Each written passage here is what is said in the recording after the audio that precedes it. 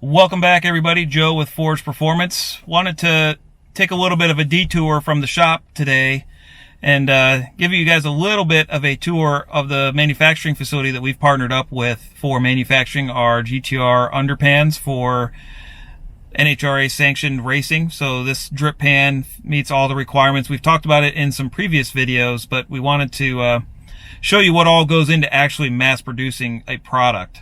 So, you know, we took this hand-built belly pan that was on my car, and then we brought it over here. They modeled the entire thing up in CAD, and then they program it in some bending software and some cutting software to mass produce these pans exactly the same every single time. It's a pretty cool process, and I wanted to come down here and show you guys some of these machines in action so you can see exactly what it takes to build a mass-produced product, especially out of sheet metal, that needs to be the same exact piece time and time again. So when you guys order one of these, you know you're getting a part that's going to fit your car properly. So with that, let's take a tour of the shop and see these machines in action.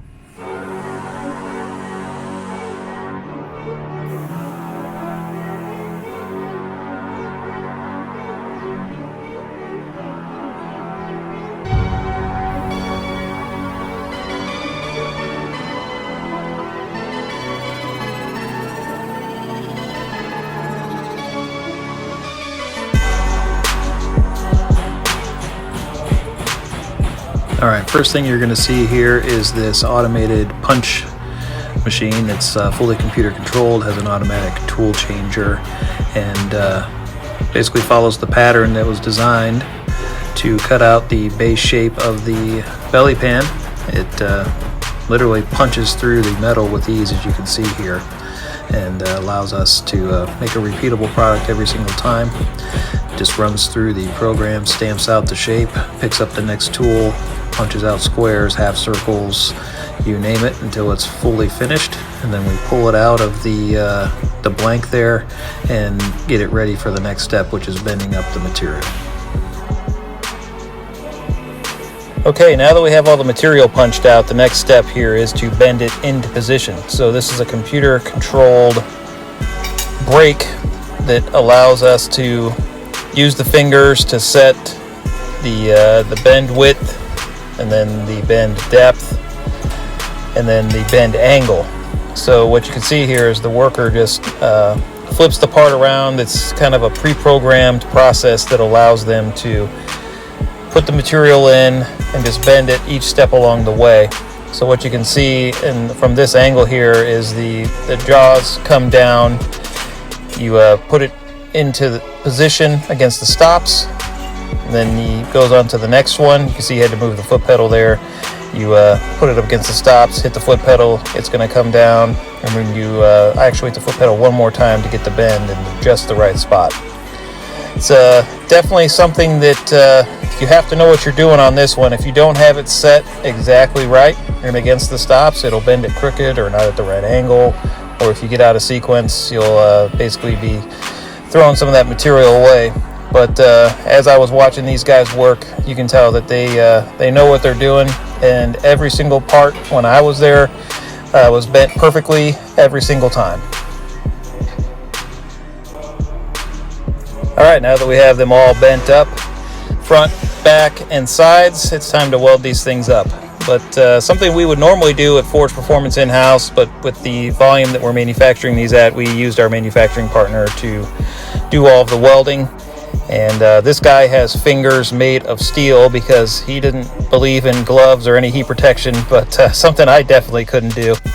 But I'll tell you what, he knew how to lay down some dimes and make these welds look pretty darn good. And when he was finished, they turned out beautifully. This is what the part looks like when it's taken off its plastic wrapping that comes with when you receive it. We've got it all branded up there, and it really shows the true quality of the product we're trying to produce for you guys to be able to put on to your street cars or your race cars and be safe and legal for the track. Take you on a little walkthrough on how to install the belly pan that we've created. So we've got Dale Hegler's car here in the shop for some other service work, and we wanted to kind of show you guys what it takes to install this. It's pretty straightforward, but there is a few things that we want to make sure you're aware of when you go to install it yourself. All right, so first things first, you obviously need to take off the under tray. So you're going to take off the middle under tray and the rear under tray.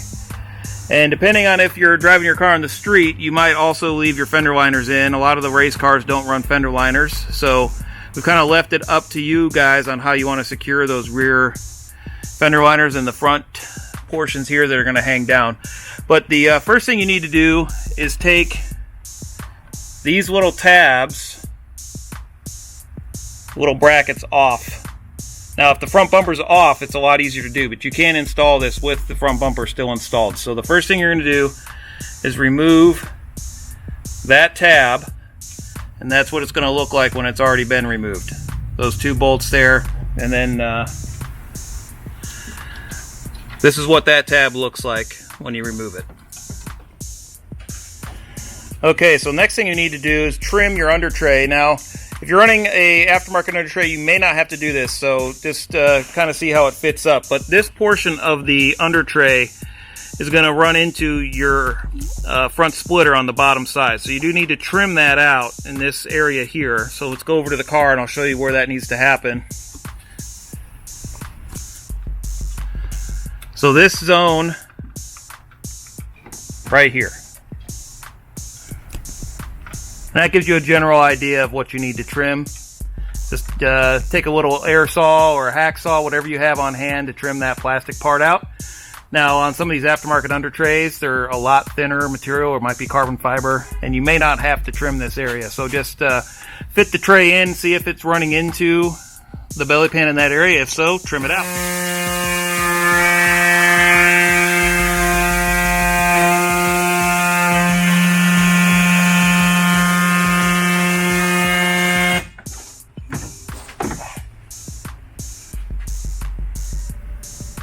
Okay, once it's been cut, that's kind of what it looks like. And you'll notice there's a beveled edge right here. And you want to taper your cut in to match that beveled edge so the under tray will fit, or the belly pan will fit up in there properly. And then again, that's what the other side will look like. And you'll follow that beveled edge. Alright guys, now you're pretty much ready to slide this sucker in. So you might have to pull down on that front lip just a little bit to slide the tabs in. And that's it. And as you can see, that's how it fits up in there once you've trimmed the bumper properly. And then all that's left to do is to put the standoffs in the center and secure the front. We've done it a few different ways, so you can use the brackets that you already took out in those holes and bolt the tray in that way. Or you can leave them out and just use the other bolts to sandwich the front end in if you need to be able to remove this easily without having to take a bunch of nuts and bolts out to do an oil change or whatever. So next thing you'll see here is us installing the standoffs and the long bolts that are supplied with the belly pan. Alright, so we find it to be a little bit easier if you tilt the under tray down and insert the bolt. And then you're going to take the spacer and place it up on the bolt like that, and then you can just push it up and loosely locate that screw.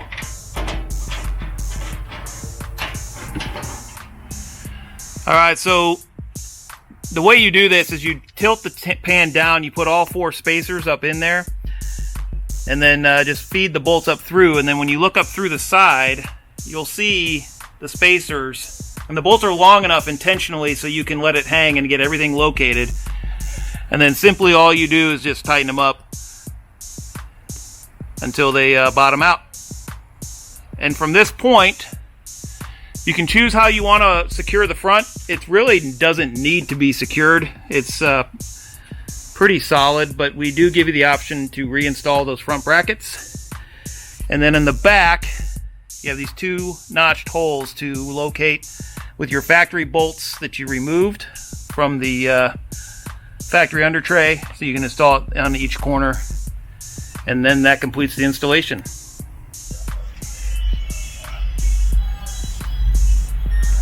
Alright, so we have all the hardware installed, and that's it. and go out and race.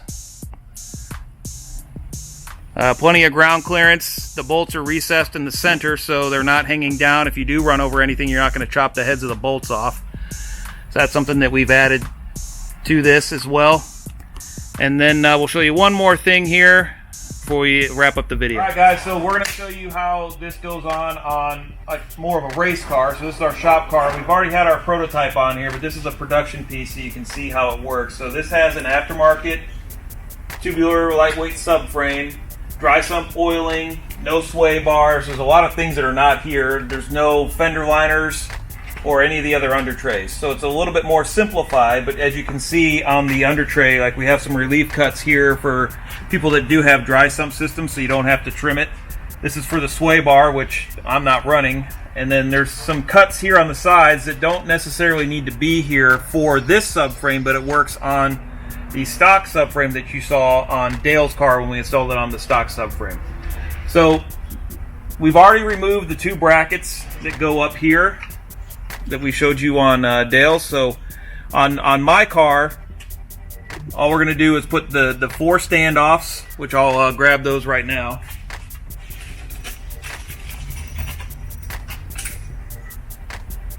And you can certainly do this on your own, but it is helpful to have a buddy with you. And when you have if you're on a lift, you can just place everything up here.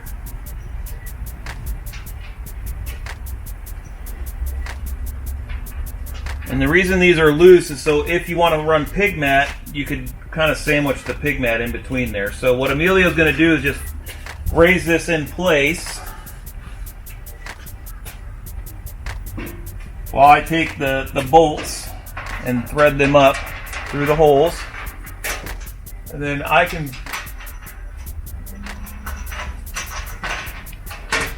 can see where these want to thread in. So once I get the first 2 outside ones on, then I can kind of look up over the edge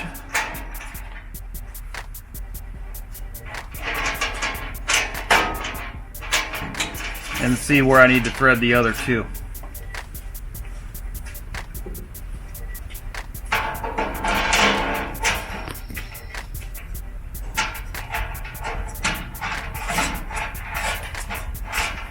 Now that we have the 4 standoffs just loosely fitted and the under tray's kind of hanging down, the rest of these will go pretty straightforward. So these brackets that we removed previously, that's what these slotted tabs are for. So Emilio's going to go ahead and put that up in there, and it's slotted just in case yours is off just a little bit for alignment. So we just loosely thread those on. We already have the other one installed on this side, and then while Emilio's grabbing the rear bolts, these relief cuts start to make a little more sense. The other video we did it with the bumper installed, so you couldn't really see them, but all these are here. So if you have your dry sump lines mounted across here, or you're going to use those as your factory way to sandwich the under tray in between the front bumper, that's how you would do that. So that's what those relief cuts are there for. There's a relief cut here for your intercooler brace, and this is a little bit custom on this car. And then these slots are for the bumper to slide in and out of. So you can remove the front bumper without having to take off the under tray. That's how this was originally designed, because we have quick release on the whole bumper to get to everything when we're servicing the car. So this allows you to slit the front bumper in there. So the last thing we have to do to mount is in the back, which is these 2 standoff tabs, and you just use your factory bolts and you just kind of lift it up into place. And these are slotted as well too, just to allow for a little bit of give for if your setup's a little tweaked for whatever reason.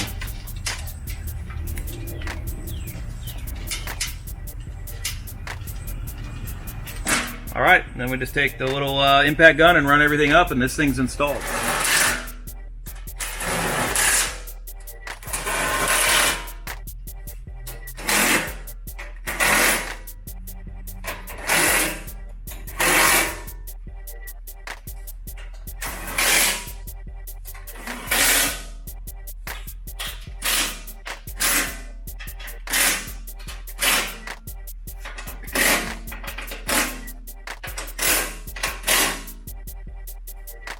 All right, it's really as simple as that. Now you can really see where all the relief cuts are and why they're there for certain reasons and certain subframes.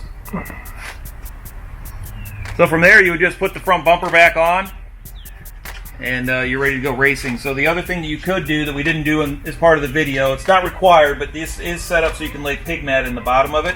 And we recommend just using some contact spray adhesive on the base of the belly pan, and then just lay the pig mat down on it. And then if in the event that you need to change it, you can just pull it up and use some acetone or some brake clean to get the glue off, and then you can reapply.